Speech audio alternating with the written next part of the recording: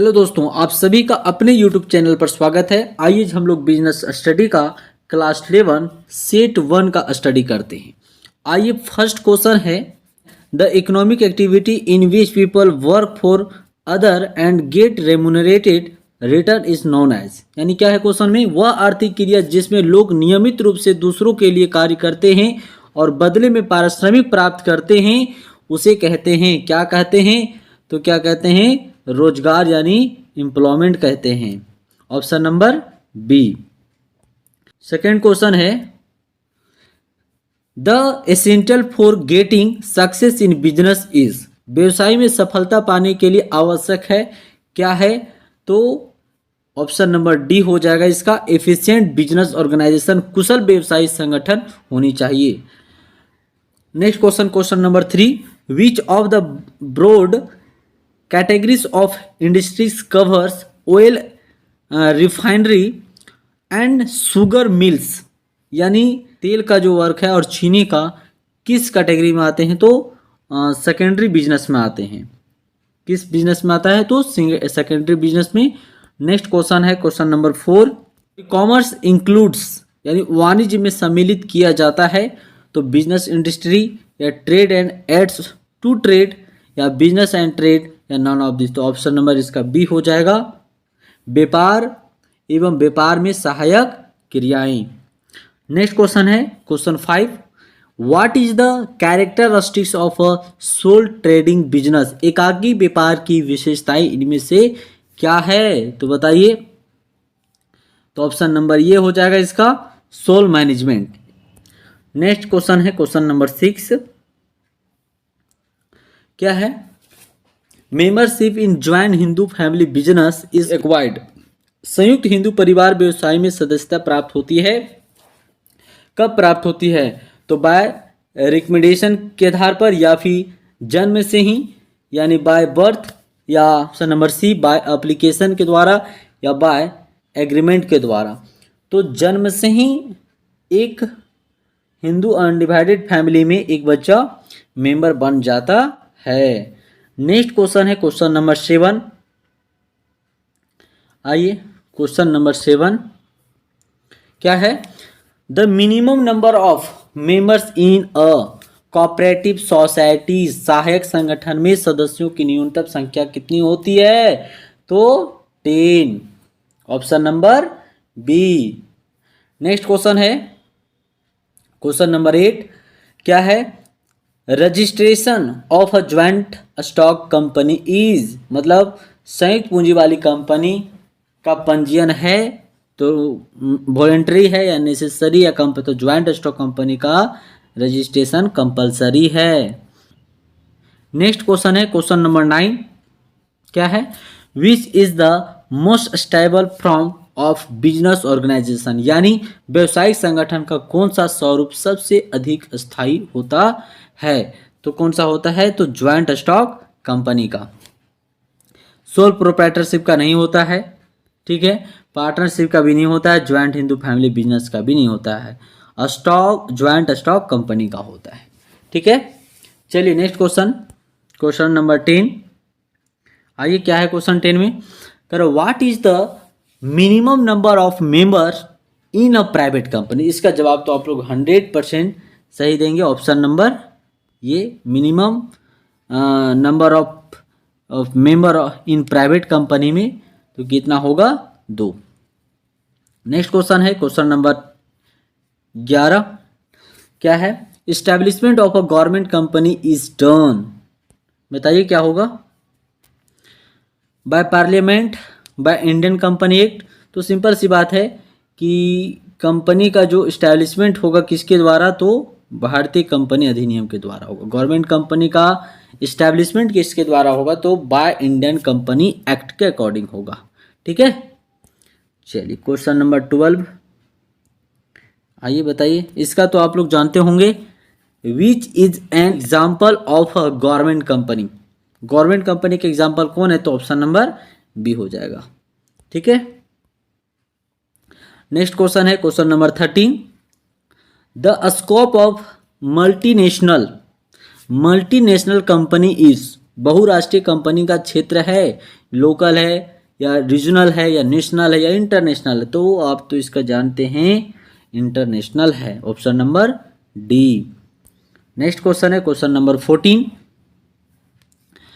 The effect of globalisation in India is, यानी भारत में वैश्वीकरण का प्रभाव क्या है। जब ग्लोबलाइजेशन आया तो इसका प्रभाव हमारे भारत पर क्या हुआ, तो increase in foreign currency service, ये भी प्रभाव हुआ, बहुत अच्छा। इंक्रीज इन एक्सपोर्ट, ये भी हुआ। इंक्रीज इन ग्रोथ रेट, ये भी हुआ। तो ऑल ऑफ दिस हो जाएगा, ऑप्शन नंबर डी। नेक्स्ट हो जाएगा क्वेश्चन नंबर 15। आइए क्या है क्वेश्चन 15 में, centralise control in MNC is exercised by, बहुराष्ट्रीय कंपनी में केंद्रीकृत नियंत्रण किया जाता है ब्रांचेस द्वारा या सब्सिडीज द्वारा या फिर बाय पार्लियामेंट या हेड क्वार्टर, तो किसके द्वारा, हेड क्वार्टर के द्वारा कंट्रोल की जाती है। नेक्स्ट क्वेश्चन है क्वेश्चन नंबर 16, क्या है, which is the central bank of India. इसका जवाब तो सभी लोग देंगे, कमेंट बॉक्स में जाइए और कमेंट करके बताइए क्या हो जाएगा, Reserve Bank of India. Next question है question number 17, time utility is created by, इसका भी आप लोग जवाब जानते होंगे, पढ़े हैं तो क्या हो जाएगा, यानी समय उपयोगिता का सृजन करता है, तो ट्रांसपोर्टेशन, बैंकिंग या वेयर हाउसिंग या कम्युनिकेशन, तो क्या हो जाएगा, option number C, warehousing. ठीक है, जाइए आप कमेंट बॉक्स में और कमेंट करके बताइए। आप लोग कमेंट बॉक्स का नहीं यूज करते हैं, बड़ा दुख में की बात है, बहुत दुख में की बात है, बहुत। चलिए नेक्स्ट क्वेश्चन है क्वेश्चन नंबर 18, क्या है, इंटरनेट इज यूज्ड इन, इसका जवाब तो आप लोग सही देंगे। क्या होगा, इंटरनेट का प्रयोग होता है तो लाइब्रेरी में या यूनिवर्सिटी में या बिजनेस में या ऑल ऑफ दिस, तो क्या हो जाएगा, ऑल ऑफ दिस हो जाएगा। चलिए नेक्स्ट क्वेश्चन है question number 19, the period of fire insurance, यानी अग्नि बीमा की अवधि होती है तो सबसे कम अवधि होती है अग्नि बीमा का ही, यानी 1 ईयर, 2 ईयर का भी नहीं होगा, 3 ईयर का भी नहीं होगा। ठीक है, चलिए नेक्स्ट क्वेश्चन है क्वेश्चन नंबर 20, क्या है, maximum rate of interest is received, यानी ब्याज का सर्वाधिक दर मिलता है किस अकाउंट से, तो आप जानते हैं फिक्स डिपॉजिट अकाउंट से। ठीक है, करेंट अकाउंट से नहीं मिलेगा, सेविंग अकाउंट से भी नहीं मिलेगा, होम सेफ अकाउंट से भी नहीं मिलेगा। किस अकाउंट से ज़्यादा रेट ऑफ इंटरेस्ट मिलेगा, तो फिक्स डिपॉजिट अकाउंट से। आइए नेक्स्ट क्वेश्चन है 21, क्या है, e commerce has made the scope of business, e commerce ने व्यवसाय के क्षेत्र को बनाया है, क्या बनाया है, लोकल, ये तब जानेंगे, इंटरनेशनल, इसका आंख मूंद कर आंसर हो जाएगा, इसका आप लोग सही करेंगे, इंटरनेशनल। स्टूडेंट देखिए, आप लोग यदि 2022 का एग्ज़ाम लिख रहे हैं, ठीक है, तो इसमें 2 टर्म में एग्ज़ाम हो रहा है, टर्म 1 और टर्म 2। ठीक है, टर्म 1 में 40 नंबर का MCQ क्वेश्चन है, ठीक है, और टर्म 2 में 40 नंबर का क्वेश्चन हो जाएगा जो थ्योरेटिकल है। ठीक है, तो आप यदि 2022 का यानी 2022 का एग्ज़ाम लिख रहे हैं तो आपको इसमें से 50% ही क्वेश्चन को पढ़नी है, यानी 50% क्वेश्चन पढ़नी है, यानी जितना आपका सिलेबस टर्म 1 क्या है उतना ही ऑब्जेक्टिव आप पढ़ सकते हैं। वैसे तो हम पूरा टोटल क्वेश्चन यानी पूरा सब्जेक्ट का पूरा MCQ क्वेश्चन हम सॉल्व कराएंगे। ठीक है, बाकी जैसे कि यदि नेक्स्ट टर्म में हो सकता है कि जैसे कि पिछले 2021 या फिर 2020 में जिस तरीके से पूरा सब्जेक्ट का अगर MCQ ही क्वेश्चन पूछा जाता था तो वहाँ पे हम लोग पूरा का पूरा MCQ ही क्वेश्चन पढ़ा करते थे। ठीक है, ये प्रीवियस ईयर हम लोग का क्वेश्चन है, जो सभी क्वेश्चन ये इंपॉर्टेंट है। अगर आप इतना का तैयारी कर लेते हैं तो 100% है कि आपका जो मार्क्स है वो बहुत ही अच्छा होगा। ठीक है, तो नेक्स्ट नेक्स्ट बच्चों के लिए टोटल क्वेश्चन आप बना दे रहे हैं ये सभी वो स्टूडेंट के लिए है अगर 2022 या 2023 में एग्ज़ाम लिखते हैं या 2024 में एग्ज़ाम लिखते हैं। गवर्नमेंट का कोई भी सिलेबस पैटर्न चेंज हो सकता है उसमें, तो यदि वहाँ पे फिर पिछले के जैसा पैटर्न हो जाए कि नहीं पूरा सब्जेक्ट से MCQ क्वेश्चन रहेगा, तो उन सभी के लिए बेनिफिट होगा। और यदि आप 2022 का एग्ज़ाम लिख रहे हैं, यदि टर्म 1 और टर्म 2 का भी कैटेगरी रहता है तो कोई दिक्कत नहीं है, आप 50% क्वेश्चन को यहाँ तक पढ़ेंगे, यानी जहाँ तक सिलेबस है। ठीक है, सिलेबस जहाँ तक है ऐसे देखिए, और वहाँ तक का आप ऑब्जेक्टिव पढ़ सकते हैं यहाँ से। ठीक है, चलिए, ऐसे सभी क्वेश्चन बिजनेस स्टडी के लिए बहुत इंपॉर्टेंट क्वेश्चन है, आप नॉलेज के लिए रख सकते हैं, ये आपके लिए काम में आएगा नेक्स्ट क्लास में। अब क्लास 12th में जाएंगे तो सभी ये ऑब्जेक्टिव टाइप क्वेश्चन वहाँ पे भी आता है, तो वहाँ पे भी ये काम आएगा, आप इसको स्टडी कर सकते हैं। कितना 15 से 20 मिनट का काम है, पढ़ सकते हैं। चलिए आइए, क्वेश्चन नंबर 22 है। क्या है क्वेश्चन? ई कॉमर्स मीन्स क्या है? इंजीनियरिंग कॉमर्स है या इकोनॉमिक कॉमर्स है या इलेक्ट्रॉनिक कॉमर्स? तो इसका जवाब सी नंबर हो जाएगा, इलेक्ट्रॉनिक कॉमर्स है। 23 नंबर, आइए क्या है क्वेश्चन 23, देखिए, social responsibility of an enterprises is, यानी उद्यमी का सामाजिक उत्तरदायित्व होता है, क्या होता है? तो बताइए, टुवर्ड्स एम्प्लॉई यानी कर्मचारियों के प्रति, या टुवर्ड्स कंज्यूमर उपभोक्ताओं के प्रति, या टुवर्ड्स गवर्नमेंट? तो ये सब हो जाएगा, ऑल ऑफ दिस हो जाएगा, सभी के प्रति। एक उद्यमी का उत्तरदायित्व है सभी के प्रति। चलिए नेक्स्ट क्वेश्चन है, question number 24, in which type of insurance a human life is insured? मानव जीवन का बीमा निम्नलिखित में से किस में होता है? तो इसका तो आप लोग जवाब जानते हैं, लाइफ इंश्योरेंस में, है ना, ये तो बचपन से हम लोग जानते आ रहे हैं, लाइफ मम्मी पापा भी कराए होंगे लाइफ इंश्योरेंस। LIC नहीं, LIC तो किसके घर में LIC नहीं है आज के समय में, सभी के यहाँ। चलिए नेक्स्ट क्वेश्चन है, क्वेश्चन नंबर 25। क्या है क्वेश्चन 25 में? देखिए, कह रहा है which is not a social responsibility of business towards investor, यानी व्यवसायी का निवेशकों के प्रति सामाजिक उत्तरदायित्व निम्न में से कौन सा नहीं है? तो कौन सा नहीं है बताइए, कौन सा नहीं है? तो पहला है पूंजी का सुरक्षा प्रदान करना, ये तो होना चाहिए। उचित लाभांश सुनिश्चित, ये होना चाहिए। उचित पारिश्रमिक, ये तो उसका मतलब इन्वेस्टर को सैलरी थोड़ी ना मिलता है। ठीक है, तो यही हो जाएगा, ऑप्शन नंबर सी हो जाएगा। 26 क्या है? Prospectus is issued by, prospectus कौन इशूड करता है? सोल प्रोप्राइटरशिप बिजनेस या पार्टनरशिप या कंपनी? तो option number C, company issued करता है। नेक्स्ट क्वेश्चन है 27, how many clauses are there in the memorandum of association, यानी पार्षद सीमा नियम में कितने वाक्य होते हैं? तो इसका आप जानते हैं 6 वाक्य होता है। कितना वाक्य होता है? 6, option number C.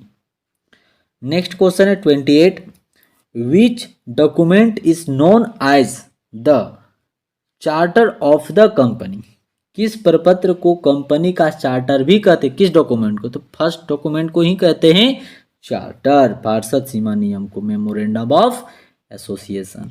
Next question है 29, application for approval of name of company is to be made to, company के नाम की स्वीकृति का प्रार्थना पत्र भेजा जाता है किसको? सेबी को या रजिस्ट्रार ऑफ कंपनी? तो इसका तो हो जाएगा registrar of company, option number B. ठीक है, चलिए नेक्स्ट क्वेश्चन है 30, क्या है? Certificate of incorporation to a company is issued by, company को समामेलन का प्रमाण पत्र जारी करता है, कौन करता है? तो इसका आप जानते हैं, सेबी नहीं होगा, गवर्नमेंट ऑफ इंडिया नहीं, रजिस्ट्रार ऑफ कंपनी। रजिस्ट्रेशन जहां करवाएंगे तो इशूड भी रजिस्ट्रार ही करेगा। चलिए, जहाँ रजिस्ट्रेशन कराएंगे डॉक्यूमेंट भी वहाँ से ही इशूड होगा। 31 question, shareholders of a company are, company के अंशधारी होते हैं, क्या होते हैं, तो ऑनर। क्या होता है, शेयर होल्डर कंपनी का ओनर। अब देखिए 32 में क्या पूछ रहा है, payment of interest on debenture is, compulsory है। आप डिवेंचर के ऊपर इंटरेस्ट आपको देना ही पड़ेगा, क्योंकि कंपनी का लेनदार है, क्रेडिटर है, लायबिलिटी है आपके लिए। Which, question number 33, which of this is not included in external sources of finance, यानी निम्न में से कौन वित्त का बाह्य स्रोत नहीं है, तो बताइए, ओवरड्राफ्ट, रिटेन अर्निंग, या बैंक लोन, या डिवेंचर। तो इसका आप जानते हैं ऑप्शन नंबर बी हो जाएगा, रिटेन अर्निंग। चलिए नेक्स्ट क्वेश्चन क्या है बताइए, पढ़िए नेक्स्ट क्वेश्चन क्या है, क्या है पढ़िए, क्या है question number 34, finance received by the issued of share, अंशों के निर्गमन द्वारा प्राप्त वित्त कौन सा, मतलब लॉन्ग टर्म है या मीडियम टर्म है या शॉर्ट टर्म है या वेरी शॉर्ट है, तो क्या है, शेयर होल्डर के द्वारा, यानी कि शेयर के द्वारा आप राशि अमाउंट प्राप्त करते हैं कैपिटल, तो लॉन्ग टर्म होता है। चलिए नेक्स्ट क्वेश्चन है, एफडीआई मीन्स क्या होता है बताइए, एफडीआई इसके जानते हैं, फ्री डायरेक्ट इन्वेस्टमेंट या फॉरेन डायरेक्ट इन्वेस्टमेंट, तो ये हो जाएगा foreign direct investment, option number B. Next question है 36, IDBI was establish in the year, मतलब IDBI की स्थापना किस वर्ष में होती है, इसका भी आप लोग पढ़े होंगे, जानते होंगे, 1964 में, 1964 ईस्वी में। नेक्स्ट क्वेश्चन है 37, advantage of a small scale industry, लघु उद्योगों से लाभ है, लघु उद्योगों से क्या लाभ है बताइए, तो डिक्रीज इन अनएम्प्लॉयमेंट, ये भी फायदा है, छोटे छोटे उद्योग खोलेंगे क्या होगा बताइए, बेरोजगारी की समस्या खत्म होगी या नहीं खत्म होगी, बिल्कुल कमी होगी। नेक्स्ट है डिक्रीज इन इंपोर्ट, ये भी कमी होगा, इक्वल डिस्ट्रीब्यूशन ऑफ इनकम, ये भी होगा, यानी ऑल ऑफ दिस हो जाएगा 37 का डी। चलिए नेक्स्ट क्वेश्चन आइए,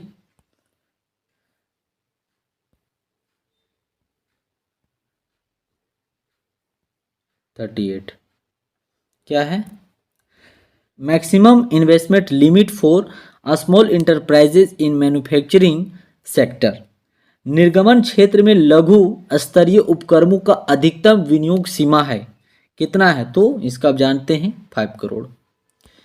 चलिए नेक्स्ट क्वेश्चन है 39, क्या है, विच of the following is not a problem of small industries, निम्न में से क्या लघु उद्योग की समस्या नहीं है, तो क्या नहीं है, लघु मतलब लघु उद्योग की समस्या क्या नहीं है बताइए, तो ओल्ड टेक्नोलॉजी, या मोर एम्प्लॉयमेंट, या फिर तो क्या हो जाएगा, ऑप्शन नंबर बी ही हो जाएगा, अपर्याप्त वित्त, ठीक है, या फिर अप्रशिक्षित कर्मचारी, तो आपका ऑप्शन नंबर बी हो जाएगा। चलिए नेक्स्ट है क्वेश्चन है 40, government supports to a small industry is provided through, लघु उद्योगों को सरकारी सहायता प्रदान की जाती है, यानी किस बेसिस, मतलब किसके द्वारा, तो रियायत द्वारा, सब्सिडीज या ग्रांट, या फिर इंसेंटिव, ऑल ऑफ दिस, तो क्या हो जाएगा, ऑल ऑफ दिस हो जाएगा। नेक्स्ट क्वेश्चन है 41, financial assistance to producers is provide by, उत्पादकों को वित्तीय सहायता प्रदान करता है कस्टमर्स, या रिटेलर, या होलसेलर, तो कौन हो जाएगा, wholesaler, option number C. Next question है 42,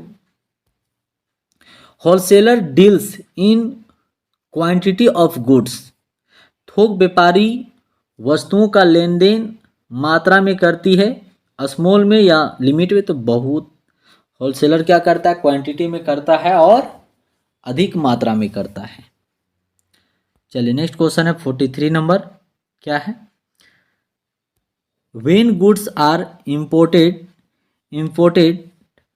for the purpose of export it is called, यानी जब वस्तुओं का आयात उन्हें निर्यात करने के लिए की जाती है तो उसे क्या कहते हैं? बताइए। तो पुनः निर्यात कहते हैं। Option number C. आप गुड्स को मंगाएं और आप अपने लिए नहीं फिर किसी दूसरे देश में बेचने के लिए यदि आप गुड्स मंगाते हैं तो उसे क्या कहते हैं? पुनः निर्यात कहते हैं, इंटरपोर्ट कहते हैं। चलिए नेक्स्ट क्वेश्चन है 44। स्टूडेंट्स, यदि आप हमारे चैनल पर नए हैं तो प्लीज़ आप लोग सब्सक्राइब कर लें, लाइक करें, ताकि हमारे नेक्स्ट वीडियो आए तो सबसे पहले आप तक पहुंचे और इसका बेनिफिट आप सबसे पहले लें। चलिए आइए नेक्स्ट क्वेश्चन है 44। क्या है? On multiple shops goods are sold on, यानी बहु संख्यक दुकानों पर वस्तुएं बेची जाती है। ओनली कैश, अब इसका जानते हैं। ठीक है, बहुसंख्यक दुकानों पर वस्तुएं बेची जाती है तो only cash. 45। Wholesaler sell goods, यानी थोक व्यापारी माल का विक्रय करता है। तो टू प्रोड्यूसर टू रिटेलर, तो होलसेलर किसको सामान बेचता है? तो रिटेलर को बेचता है। नेक्स्ट क्वेश्चन है 46। क्या है? Trade between two states in an economy is known as trade. दो राज्यों के बीच होने वाले व्यापार को व्यापार मतलब किस व्यापार क्या कहते हैं? तो एक्सटर्नल कहते हैं, इंटरनल कहते हैं, या इंटरनेशनल कहते हैं, या नॉन। तो इसका आप जानते हैं क्या होगा? आंतरिक कहते हैं। दो राज्यों के बीच में लेन देन को क्या बोलते हैं? इंटरनल, आंतरिक व्यापार कहते हैं। चलिए नेक्स्ट क्वेश्चन 47। क्या है? Goods are sold to the final customer by, अंतिम उपभोक्ताओं को सीधे माल का विक्रय करते हैं। कौन करता है? मैन्युफैक्चर करता है, रिटेलर करता है। तो कौन डायरेक्ट कस्टमर को सामान देता है? तो मैन्युफैक्चर तो देता नहीं है, ये तो रिटेलर को देता है, होलसेलर भी नहीं। तो किसको देता है? रिटेलर ही। ऑप्शन नंबर बी हो जाएगा, रिटेलर ही कस्टमर को डायरेक्ट सामान देता है। नेक्स्ट क्वेश्चन है 48। क्या है? Foreign trade creates among two countries, विदेशी व्यापार दो देशों के बीच उत्पन्न करता है। क्या करता है? मतभेद या सहयोग। तो क्या हो जाएगा? कोऑपरेशन। नेक्स्ट क्वेश्चन है 49। Important document used in export trade, यानी विदेशी व्यापार में प्रयुक्त परलेख। तो कौन सा मतलब इंपॉर्टेंट? अगर आप विदेश में विदेशी व्यापार कर रहे हैं तो इंपॉर्टेंट डॉक्यूमेंट कौन सा है? तो शिपिंग बिल है, या मेमोरेंडम ऑफ एसोसिएशन है, या आर्टिकल ऑफ एसोसिएशन है, प्रोस्पेक्टस है। ये कोई नहीं होगा। Option number B shipping bill हो जाएगा। लास्ट क्वेश्चन है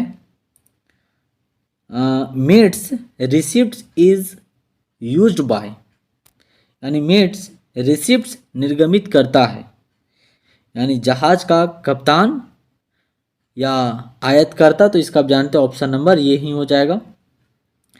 ठीक है, चलिए हम लोग का 50 क्वेश्चन पूरा कंप्लीट हुआ।